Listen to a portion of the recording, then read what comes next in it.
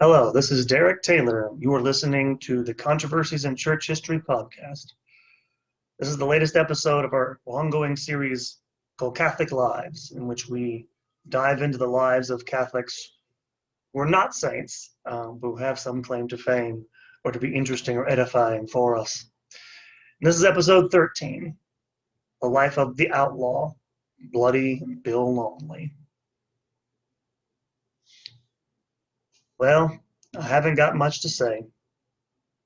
I have got to die. I see a good many enemies around me and mighty few friends.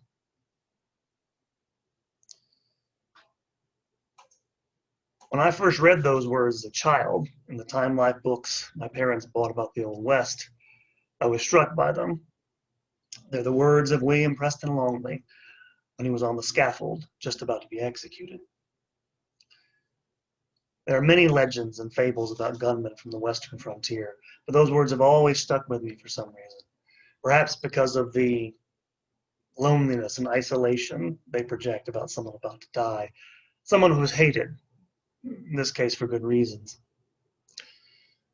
The myth of the frontier, the myth of the heroic outlaw, are part and parcel of an American's heritage, with its individualism, ideals of self-reliance. I suppose I, as a young boy, I guess in a way, idolized gunmen like Bill Longley. But this week, our story is about his real life, and the story of a man who was definitely no hero, but, like all of us, stood in need of reconciliation and of God's grace. William Preston Longley was born October 6, 1851, in Austin County, Texas, just outside of Austin. And when he was 2 years old, his family moved him to Lee County, outside of Austin. And he was the son of a man named Campbell Longley, a Texas Revolutionary War veteran. And so he grew up in Lee County. His parents were devout Christians, apparently Christians of some sort, Protestants, I imagine. But Bill Longley would be the only one of their children who did not follow in their footsteps. Because during the Reconstruction era in Texas in the 1860s and 1870s, Texas was under the control of the Union Army. If you don't recall, after the Civil War, southern states, the Army remained down in the South and literally controlled it, governed it as a military territory, conquered territory. This left obviously a bitterness among a lot of young men in the South. Young men like Bill Longley. Even though Bill Longley had not fought in the Civil War, this led him, like a lot of young men, to despise Northerners, but also freed slaves. And this is, in fact, what leads to his first act of violence as a gunman. In 1868, Longley and a few others, a couple of his companions, stopped 3 former slaves on their way to visit friends in Austin County. They tried to swap horses with the black men, but they refused.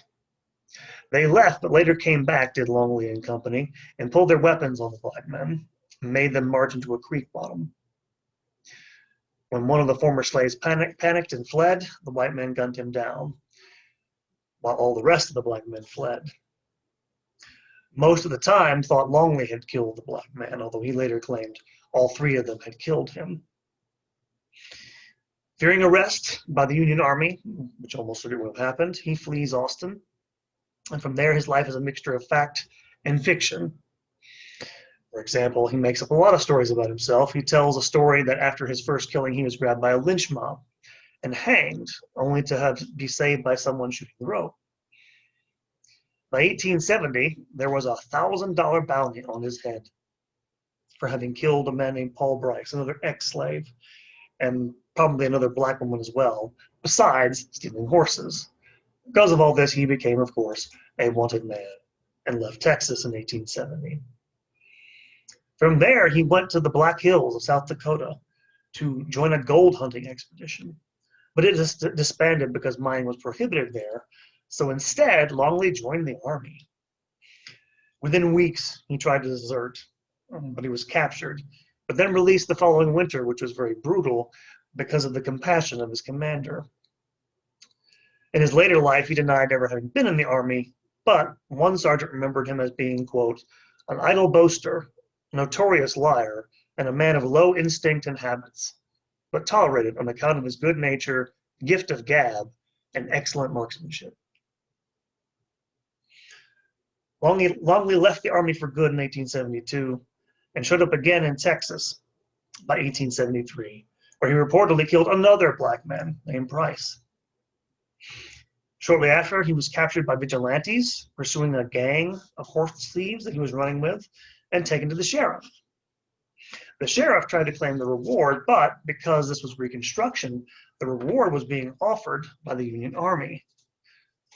Apparently, the sheriff was not too keen on this, and so instead of turning him in, he actually lets him go, allegedly because someone paid his bail.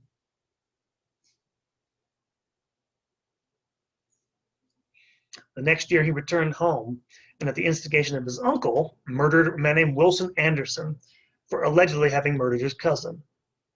From there, he fled to Oklahoma with his brother Jim, who soon returned to Texas, but the very much wanted Bill at this point had to keep going on. 1875, after a drunken fight, Longley shot a young man named George Thomas 3 times in the back. He stole his horse and took off again. The next year, when he was living under an assumed name, Jim Webb, he found himself in a position to be deputized, if you can imagine. And he tried to arrest another wanted fugitive, a man named William Schroyer, a Pennsylvanian and a former Union soldier. When he went to arrest him, we got into a shootout. And in fact, they were shooting back and forth. Schroyer was hiding in an underbrush. And at one point, Schroyer asked him to talk. And when Longley came forward, Schroyer tried to kill him. Longley pulled his gun first and fired and killed him instead. This is probably the only legitimate gunfight he was ever actually in. As you can kind of tell, most of his murders are basically ambushes, shooting people in the back, stuff like this. By February of 1876, he had fled to the eastern part of Texas, where he became a worker and a farmer for a farmer and a preacher named William Lay. When a dispute between Longley and Lay's son led him to pistol whip the son, and he, by the way, Longley at this point was going by the name of William Black, he was arrested. He subsequently escaped from the jail by burning a hole through the prison door, and later exacted revenge against William Lay. He blamed him for having gotten him into prison, and so he went to his farm and lay in wait. And when Lay went to milk his cow, while he was milking a cow, he ambushed him and shot him dead in cold blood. By this time, he is very notorious, and the Texas Rangers and other authorities are on the lookout for him. So he turns up in 1877, the spring of 1877, in Keachie, Louisiana, in DeSoto Parish. While he was there, he befriended a local constable named June Courtney, even helping him make arrests. Eventually, Courtney came across a letter, a circular letter from Texas, describing the outlaw Bill Longley. And Courtney realized almost instantly that the man he knew as Bill Jackson was this Bill Longley. And so he asked Longley to come help him with an arrest.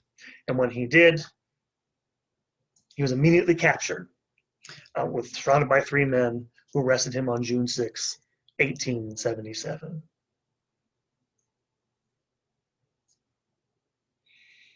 For the next couple of months, while awaiting trial, Longley tried to make hay of his infamy. He wrote long letters to newspapers detailing his gunfights, trying to bragging, as they try. He did brag loudly about his exploits. And he claimed to have killed 32 men. In reality, it was probably closer to 7. But he wanted to outdo his fellow Texan, John Wesley Hardin, who was in prison in Florida at the time, who claimed to have killed 28 men. By comparison, Billy the Kid had claimed to have killed 21. So this was a way of sort of burnishing his reputation, I guess. He also claimed in these letters not to have been a thief or a cattle rustler, something that was definitely false. He was tried on September 3rd, 1877, and the jury, after only an hour and a half, convicted him. And from this point in his life, brief life was left to it, Longley changed a bit. The prospect of death must have sobered him up a bit and make him reflect on how the life he had lived, and in particular, what it must have meant to his parents. His parents were devastated by all of this, again, being religious folk. Neither his father nor his mother ever visited him in prison, nor did they come to his trial. But he did write a series of letters to his brothers, which remains actually in an archive down at the University of Texas in Austin, in which he rued the kind of life he had lived. Quote from one of the letters: "My first step was disobedience. Next, whiskey drinking. Next, carrying pistols. Next, gambling, and then murder. And I suppose the next step will be the gallows." He tried to take back all his boast about killing a high number of men, which was wise because that probably doomed his chances for an appeal later on. But did not work out, obviously, in the end. He also publicly expressed outrage when John Wesley Hardin, who in Florida was convicted for murdering a sheriff and his deputy, was only given a 25-year prison sentence.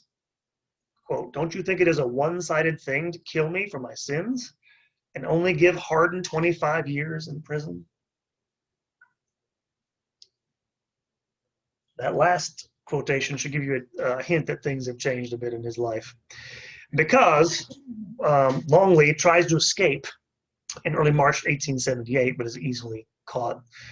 And on the 13th, his appeal is denied. And so while he's waiting sentencing for his crime in 1878, in July of 1878, in Galveston, he converts to Catholicism. If you're watching on YouTube, you can see the picture, St. Mary's Cathedral from the 1860s. St. Mary's Cathedral is still there in Galveston today. And it was there that he was baptized by a French priest named Father Chambaudou. Father Chambaudou was from France and ordained in 1846. In the 1850s, he became 1851, he became the vicar general to the bishop in Texas. Actually, he was a pretty well-known person, went on a speaking tour throughout the state to lecture on and answer questions about Catholicism. And it's an interesting background. He's baptized into the Catholic Church, and presumably from a Protestant family. He does write about his conversion and other religious matters in his letters to his brother. I have not read them, unfortunately. I don't have time to get down there and read them. What caused him to choose Catholicism, I don't know. I do know that the Catholic Cathedral was right across the street from the county jail in Galveston at the time. And you can see if you're watching here on the screen.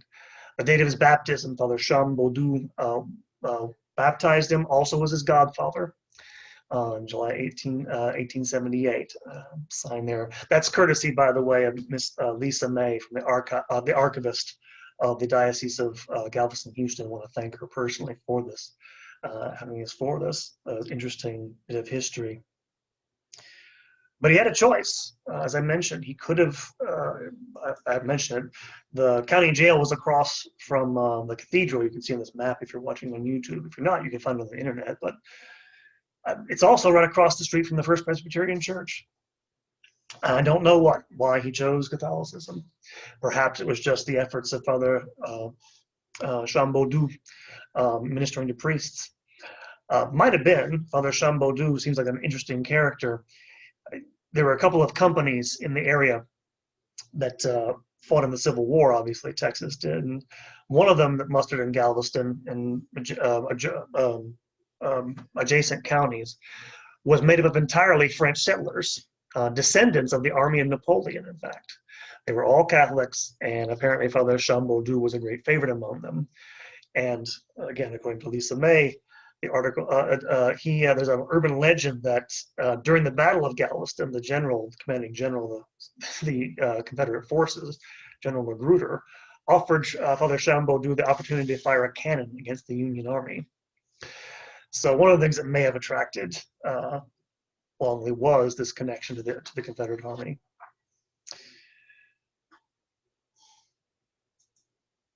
In any case, there were attempts to try to save his life. A petition was sent by, I'm going to butcher this, Natchitoches County in Texas, asking for his pardon. And his cousin, a man named Alexander Press Longley, a newspaper man and a would-be poet from California, even wrote a letter to President Rutherford B. Hayes trying to get him a pardon, all in the end to no avail.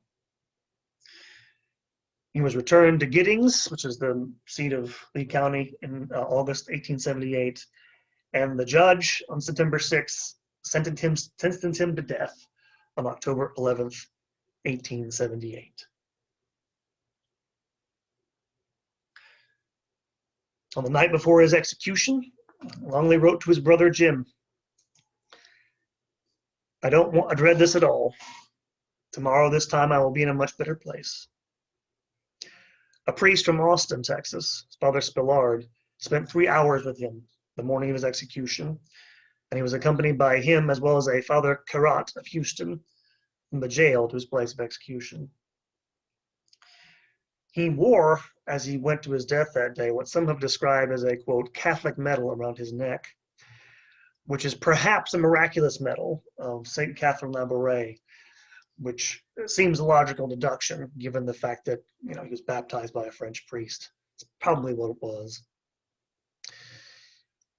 Only one member of his family came to his hanging, his 10-year-old niece, Lizzie Carnes, who embraced him as he left the jail that morning and gave him a flower to pin on his coat. When he was finally on the scaffold and ready to be hanged, he briefly addressed the crowd in these words, at least according to most reports. This is from the Democratic Weekly Statesman of Austin, Texas. Well, I haven't got much to say. I have got to die. I see a good many enemies around me, mighty few friends. I hope to God you will all forgive me. I will you. I hate to die, of course. Any man hates to die. But I have learned this by taking the lives of men who love life as well as I do. If I have any friends here, I hope they will do nothing to avenge my death. If they wish to help me, let them pray for me. I hear that my brother is in the crowd. I hope he ain't, but if he is, I hope he will not take anybody's life to avenge mine. I have done enough of that. I deserve this fate. It's a debt I owe for my wild, reckless life. When it is paid, it will be all over with. I hope you will all forgive me. I will forgive you. Whether you do or not, may God forgive me. I have nothing more to say. Longley then embraced Father Spillard and Carrot, and even the sheriff, Sheriff Brown, was actually a friend of his. Before they put the black cap over his head and the noose around his neck, his last words to the crowd were, "Goodbye, everybody." The rope was cut. Longley fell through the opening. There was a problem, length of the rope. He hit the ground. There had to be some adjustments. But eventually they got things back working pretty quickly. Longley moaned several times, trying to raise his arms, but he slowly strangled to death. And after 11 minutes, he was pronounced dead by 3 doctors. Brown then placed the body in a coffin, and it was taken to the town cemetery and buried just outside of the town cemetery. But this isn't the end of his story. Legends grew up around Longley's death. His father Campbell, in 1887, was quoted in a newspaper article saying that the hanging had been a hoax, that a rich uncle in California, his uncle Press Longley, had bribed Sheriff Brown and his deputies with $4,000, and that a special harness had been used to fake the hanging. Longley was then supposed to have gone to South America or Central America and become a landholder and cattleman. The story was never refuted in public.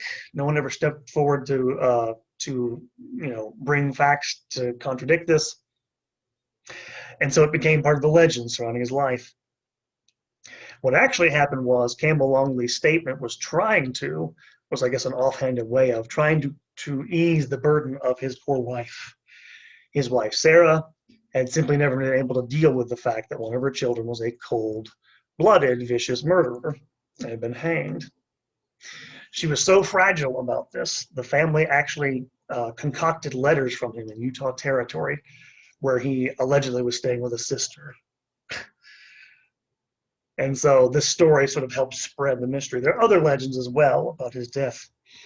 Another legend had he cut a deal with the sheriff, and that the coffin lid, as he was taken to the cemetery, was left ajar so he could breathe, and then where he hopped out and went on his way. And all these legends grew and became part of another family folklore years later, when a mystery man, some believed to be Longley, surfaced in Louisiana in the early part of the 20th century. That man, a man named John Calhoun Brown, married, had a large family, and died a well-respected member of the Iberville Parish community in 1923. And so for over 130 years or so, there were these rumors that he didn't die on the scaffold. The story was kind of forgotten until the 1980s when someone published a book dredging all this up.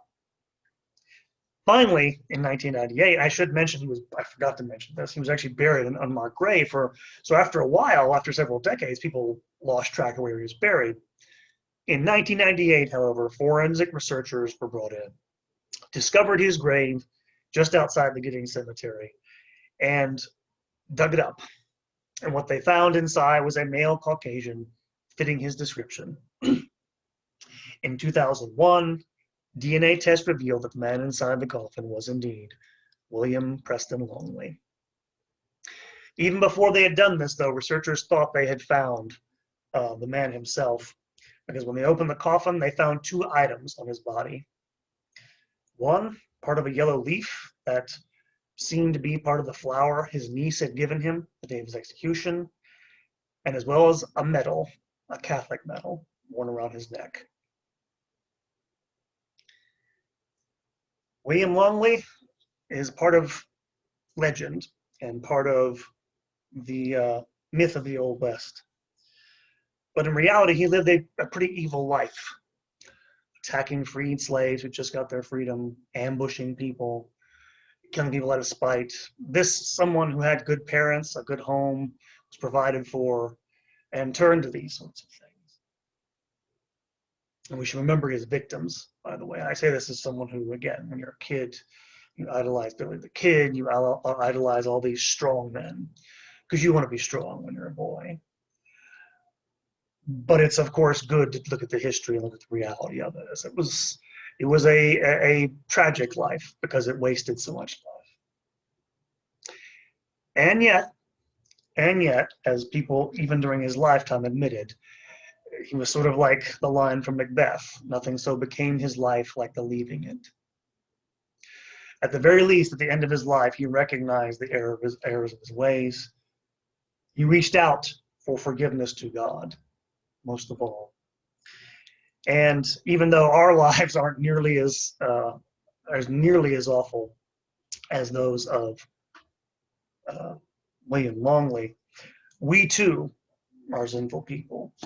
And in his life, which is misspent, but also with the courage with which he went to his death, we can see a little bit of ourselves in him. That even though we are, hopefully better people than this, we also are people like him, in need of redemption and need of God's grace and mercy. And so, if we can, perhaps we can pray for him, and he can be saved. So can we. That is this week's episode of Catholic Lives. I want to thank again Ms. Lisa May for her help in this episode. Tune in next week for our next episode, which will deal with probably the most brilliant medieval theologian you've never heard of. And also be on the lookout in the next couple of weeks for, at the end of July, beginning of August, we'll get back to our regularly scheduled episodes of Controversies in Church History, where we'll get back into the deep dives. Instead of doing the long lectures, we'll be doing multiple episode takes. And in fact, I can reveal to you now, the first topic for the new year will be the traditionalist movement in the Catholic Church. It's kind of in the news right now. So we'll get into the origins and the history of that in a few weeks. Hope you've enjoyed listening. Thank you. Take care, and God bless.